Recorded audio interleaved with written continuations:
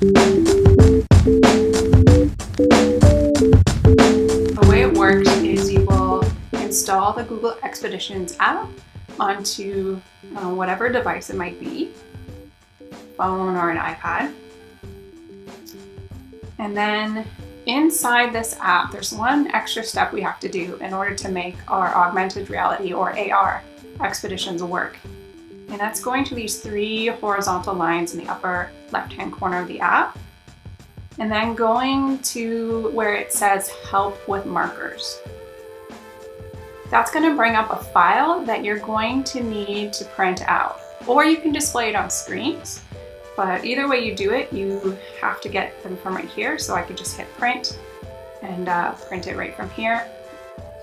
So now that I printed off the markers from the Expeditions app, I can spread them out around my classroom, however many I need, making sure they're at least 2 meters apart.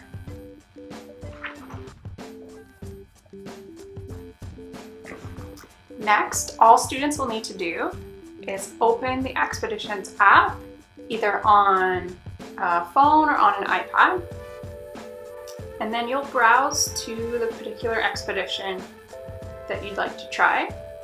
If it's one you've never used before, it's going to download, and that may take a little bit of time, but once it's downloaded, it will look like this, and it's looking for that marker that you put down on the floor.